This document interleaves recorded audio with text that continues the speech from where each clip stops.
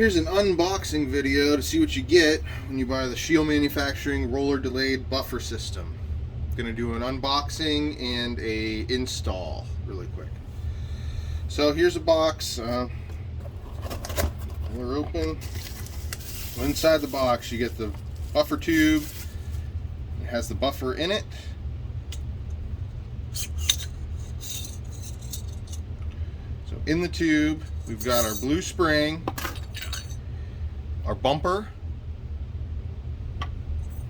See, the tube is a normal 6-position tube, mil spec. It's got our holes cut in it for our buffer. Here's the buffer. We have arms and rollers on this buffer. When you open it up, you can see that there are springs inside. There are 3 spring holes, and we've got 1 spring in it. That's how it ships, but that's not how we will set it up. So I will take that spring out right now so we don't lose it. I'm going to put it in our little tray. So along with the blue spring, we also send a white spring, which is very lightweight. This is mostly for steel challenge, sub-minor loads. Most of us USPSA guys aren't using this. You get a bag of spare parts. This has some springs and a spare bumper in it. I'm going to go ahead and empty this right into our tray because we will need a couple of the springs. There's also your written instructions, as well as a card and a couple of stickers.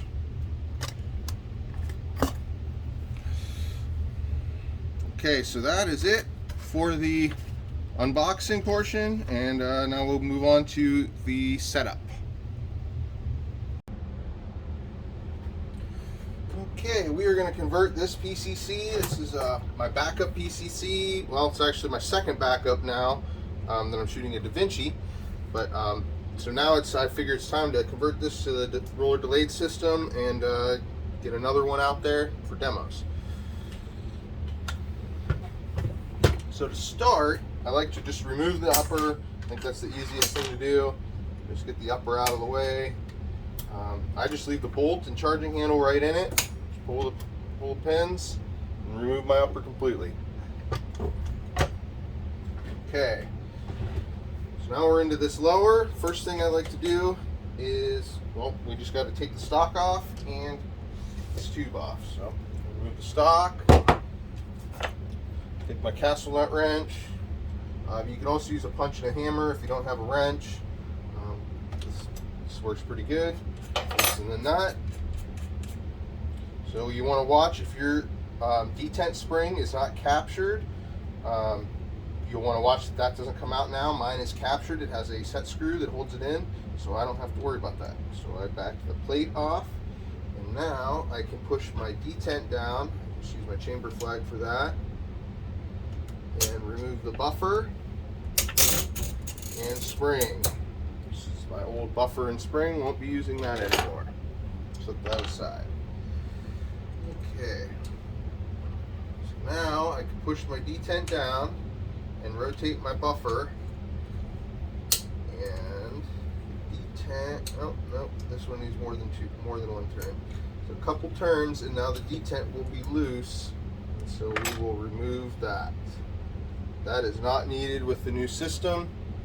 Remove the detent and the spring. We can put that aside, put that with our spare parts. We will not need that.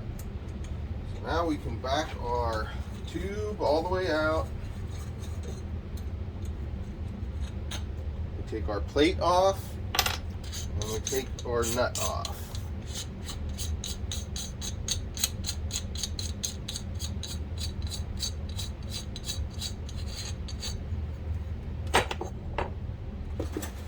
So we take our new RDBS tube, we put our nut on. You know, these tubes can be dry. We degrease them after we machine them. Sometimes putting a dab of oil on them can really help with getting the nut on. Now there's just oil. Yeah, sometimes you can hear it squeaks, and so a little bit of oil goes a long way.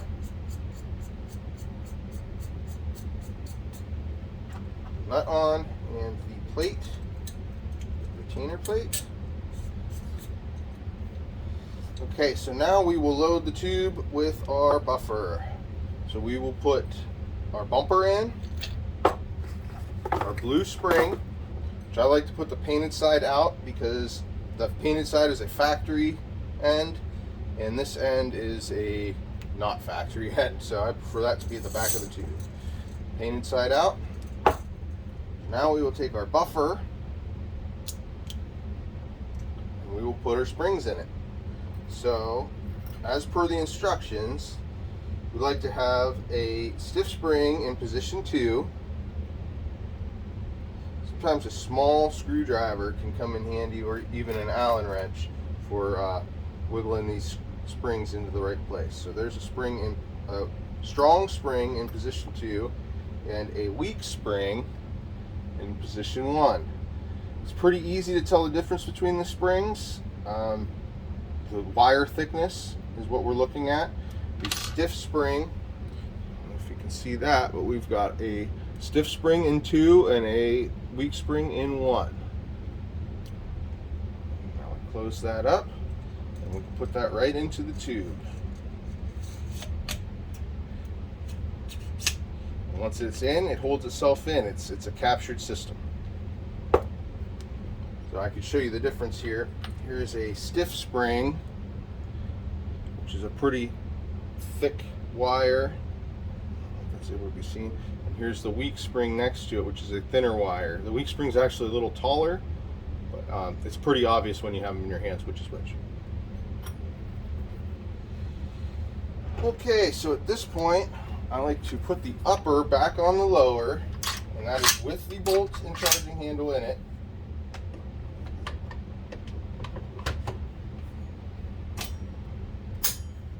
Okay, we're there.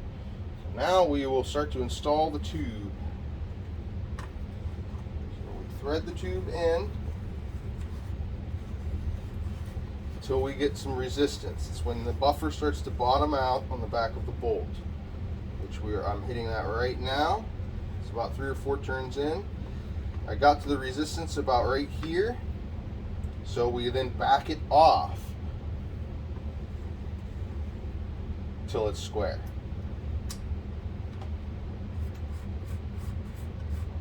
Push the plate in, tighten the nut. So the nut is just hand tight at this point, but I will show you that we've got just a tiny little bit of gap back here, and that is kind of, if you see me pushing on it, you can kind of see how much that is. That is normal. That's the allowable amount. That's about 1/2 of a thread on the buffer tube, and that's what we're looking for. Okay, now we'll just tighten her down.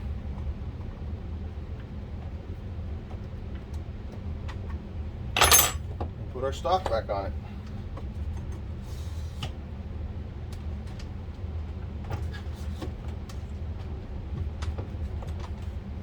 Okay.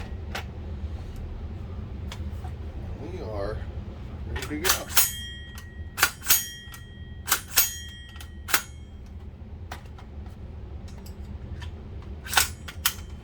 It's ready to test fire and ready for break-in.